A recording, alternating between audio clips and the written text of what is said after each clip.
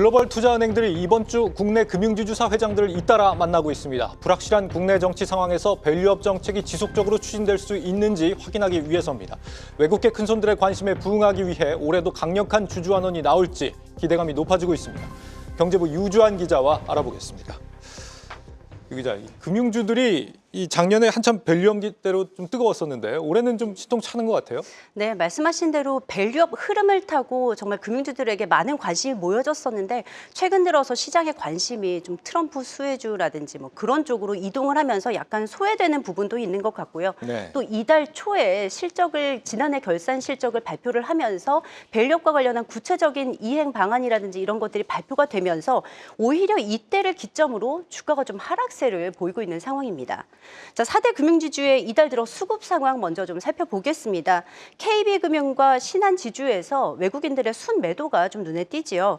특히 밸류업 우등생으로 손꼽혔던 KB금융지주의 경우에는 외인 매도도 좀 많이 나오고 있고 많이 빠져나갔네요. 또 주가를 보면은요, 이달 초 9만 원으로 시작했던 주가가 지금 8만 원 초반까지 내려온 상황입니다. 다만 우리 금융지주는 좀 정반대 흐름을 보이고 있습니다.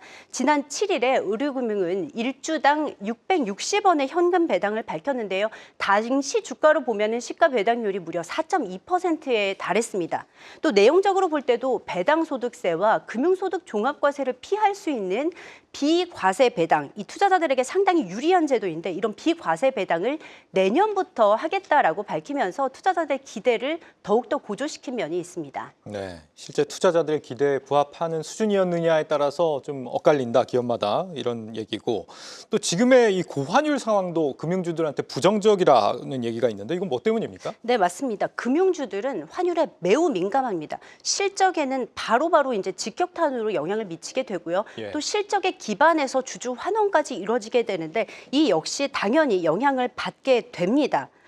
자, 특히 이제 KB금융의 사례를 오늘 살펴볼 예정인데요. KB금융의 경우에는 실적과 밸류업 방안을 같이 묶어놨기 때문에 특히 환율의 영향이 주가에 더욱더 여실히 반영된 면이 있다라고 볼 수 있겠습니다. KB금융은 작년 10월에 보통주 자본 비율 CET1이라고 하는데 이 비율과 연계한 주주 환원책을 공개한 바 있습니다. 네. 이에 따르면 연말에 CET1 비율이 13%를 초과할 경우 이 초과한 부분만큼의 자본을 이듬해 상반기에 배당 재원과 자사주 매입 소각의 재원으로 활용을 할 거고요. 또 하반기 기준으로 CET1 비율이 13.5%를 초과하게 된다면은 추가적으로 또 자사주 매입 소각에 쓰겠다라는 내용이었습니다.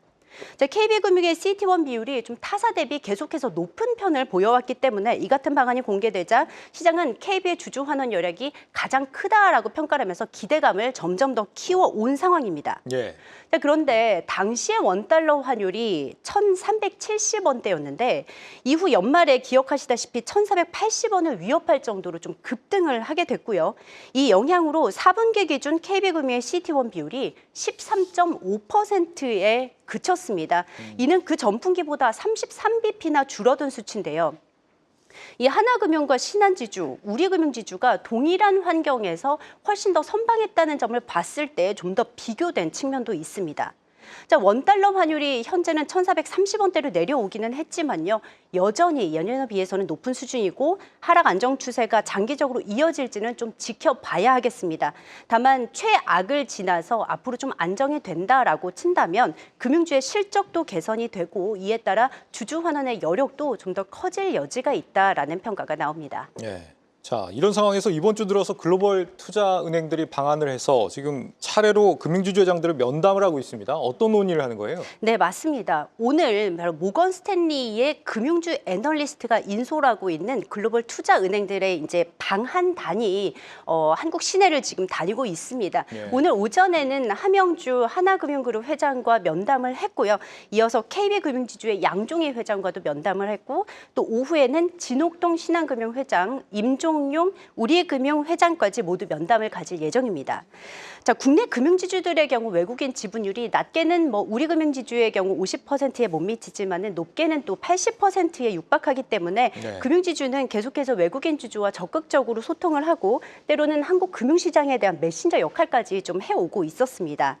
자, JP모건과 모건 스탠리 등 애널리스트들과 투자자들의 방안은 사실 연례적으로 좀 이루어져 오던 행사이기는 합니다. 자, 그런데 올해는 좀 특별히 CEO 포럼이라고 이름을 붙여가지고 금융지주 회장들이 직접 이들을 맞이하는 그런 행사로 좀 승급이 됐습니다. 바로 올해부터 각 금융지주들의 밸류업이 본격화하는 원년이 되기 때문으로 풀이가 됩니다. 자, 이들 글로벌 IB 방한단들은 밸류업 계획에 차질이 없는 이행에 대한 약속을 각 금융지주 회장들로부터 직접 듣게 될 예정이고요. 또 앞으로 환율전 상황에 대한 전망, 또 당국의 금리 인하 요구와 상생 금융 등의 영향도 함께 좀 궁금해하는 것으로 전해지고 있습니다. 또한 보험사 인수를 추진하고 있는 우리금융지주의 경우에는 이에 대한 현황도 좀 주요 의제가 될 것으로 확인했습니다. 네, 마침 이번 주가 또 금융주 배당 투자를 할 수 있는 주간이다라고 하는데 올해도 연말 배당과 분기 배당이 지금 연달아서 예정이 돼 있는 건가요? 네, 맞습니다. 자, 금융당국이 수년 전부터 추진해왔던 게 이제 상장사들이 배당금과 실적을 먼저 확정하고 나서 그 다음에 주주 명부를 확정하는 식으로 배당 선진화를 추진을 해왔고요. 네. 금융주들 대부분이 이에 호응을 해서 연말 결산 배당 기준일을 2월 말로 잡고 있습니다. 자, 신한지주를 제외하고는 신한지주 같은 경우에는 지난주인 21일이 이런 결산 기준일이었는데 이를 제외한 나머지 금융주 대부분이 28일을 이 배당 기준일로 삼고 있습니다. 다시 네. 말해 오늘까지 매수하실 경우 24년 결산 배당금을 이제 4월경에 입금 받으실 수 있게 되는 겁니다. 자, 그런데 분기 배당의 경우에는 아직까지 명확한 지침이 없는 상황입니다.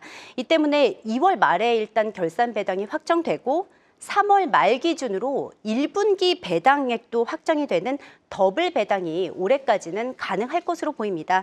배당 락은 물론 있을지언정 한 달 사이에 2번의 배당을 좀 받을 수 있는 그런 시기라는 점입니다. 자, 앞으로는 근데 분기 배당도 배당 선진화 차원에서 좀 분기 실적 발표 이후로 좀 늦춰질 가능성이 있기 때문에 올해까지가 좀 더블 배당을 받을 수 있는 좀 마지막 기회가 아닌가라는 그런 분석이 나오고 있고요. 네. 다만 그렇다 하더라도 자사주 소각 등으로 주식수가 이제 계속 줄어들면서 주당 배당금이 늘어나는 효과로 이어질 것으로 예상이 되고요. 또 선 배당액 확정 후 배당이 되면 분기별 배당의 예측 가능성이 높아지고요. 이로 인해 투자자들 입장에서는 또 안정적인 현금 흐름을 만들 수 있다는 그런 장점도 있기 때문에 기억하시면 좋겠습니다. 네, 올해 금융주들의 밸류업 지속 가능성에 대해서 경제부 유주환 기자와 분석해봤습니다.